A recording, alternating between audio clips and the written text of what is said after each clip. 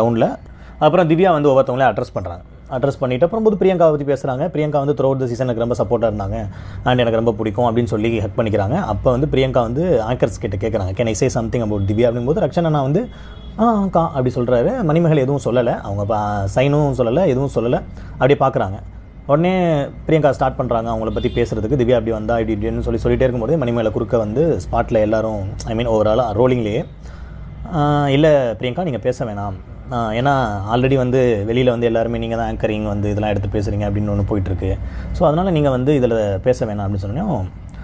பிரியங்கா வந்து ஷாக் ஆகிடுறாங்க. அதாவது வந்து ஏன்னா எல்லோரும் ஒரு ஃபேமிலியாக ஒரு ஷோ பண்ணிட்டு இருக்கும்போது டக்குன்னு இப்படி வந்து மூஞ்சில் அடித்த மாதிரி வந்து சொல்கிறாங்களே, இல்லை அவள் என்னை பற்றி சொன்னதுனால நான் ஐ வாண்ட் டு ஷேர்ன்றாங்க. இல்லை அவங்க மணிமேகலை ரொம்ப ஸ்ட்ரிக்டாக இல்லை நீங்கள் பேசாதீங்க பிரியங்கா அப்படின்னு சொல்லிடுறாங்க. உடனே பிரியங்கா வந்து ஹர்ட் ஆகிட்டு அப்படியே வெளியில் போயிடுறாங்க.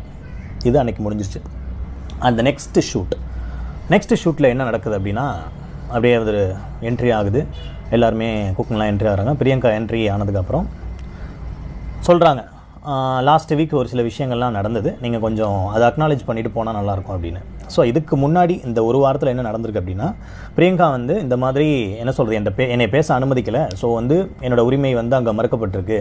ஸோ அஸ் ஆங்கராக நான் பேசணும்னு நினைக்கல. நான் திவ்யா துரைசாமிங்கிற ஒரு கண்டஸ்டன்ட் கூட ஒரு சீசன் ஃபுல்லாக ட்ராவல் பண்ணியிருக்கேன். அத்தனைக்கு அவன் என்னை பற்றி பேசியிருக்கா. So I want to address few things அப்படின்னு சொல்லி தான் நான் பேசணும்னு நினச்சேன்னு சொல்லிட்டு அந்த டீம் மேனேஜ்மெண்ட் கிட்ட சொல்லியிருக்காங்க. ஸோ அதனால் நான் வந்து அடுத்த வாரம் அந்த ஷோ நடக்கும் பொழுது கொஞ்சம் மணிமேகலை மட்டும் அதை அட்ரஸ் பண்ணிவிட்டு நம்ம அப்படியே போயிடலாம் ஜாலியாக அப்படி தான் சொல்லியிருக்காங்க. ஆனால் நான் விசாரித்து இல்லை நாங்கள் இருந்த வரைக்குமே யாருமே இப்போ வந்து டீம் ப்ரொடக்ஷனோ இல்லை வந்து பிரியங்காவோ பர்சனலாவோ சாரி சொல்லணும் மணிமேகலை அப்படின்லாம் சொல்ல. நீங்கள் சாரி சொல்லணும், நீங்கள் மன்னிப்பு கேட்கணும் அப்படின்னா இப்போ மணிமேகலை வந்து ஒரு விஷயத்தை கொண்டு வராங்க, செல்ஃப் ரெஸ்பெக்ட் அப்படின்றாங்க. எல்லாருக்குமே செல்ஃப் ரெஸ்பெக்ட் இருக்குது. இப்போ நானும் கஷ்டப்பட்டு ஓவர் பர்ஃபார்மன்ஸாக பண்ணி என்னோடய திறமையை காட்டி அப்படி தான் எல்லாருமே வரோம் இல்லையா. எல்லாருக்குமே செல்ஃப் ரெஸ்பெக்ட்னு ஒன்று இருக்குது.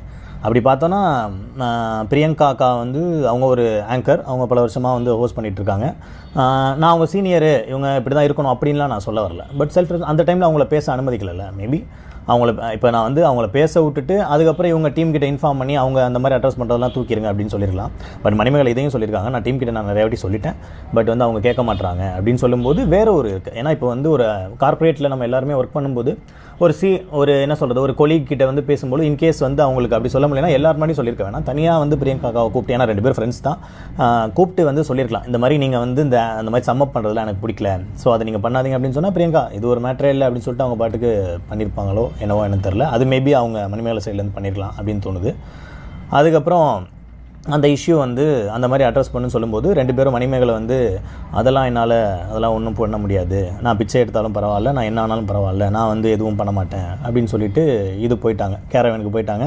அன்றைக்கி வந்து பார்த்திங்கன்னா ஒரு 2.5 மணி நேரம் ஷூட்டே நடக்கலாம். ஸோ ஈவன் செலிப்ரிட்டிஸ்லாம் வந்தாங்க சீரியல்லேருந்து, அவங்களே வந்து ஆச்சரியமாக என்கிட்ட கேட்டாங்க, என்னப்பா சீரியல் இருக்குது, நாங்களே இங்கே ஜாலியாக இருக்கலாம் குக் வித் கோமாளின்னு வந்தால் இங்கே என்னப்பா இவ்வளோ பெரிய சண்டைலாம் போடுறீங்க, என்னப்பா இப்படி போயிட்டுருக்கு அப்படின்னு. நாங்கள் எங்களுக்கே தெரியாதுங்க, இன்றைக்கி தான் அப்படி ஃபஸ்ட் டைம் நடக்குது அப்படின்னு நான் சும்மா அவங்ககிட்டலாம் அந்த பேக் எண்டில் உட்காந்து பேசிகிட்டு இருக்கேன். அப்படியே போயிட்டே இருக்குது.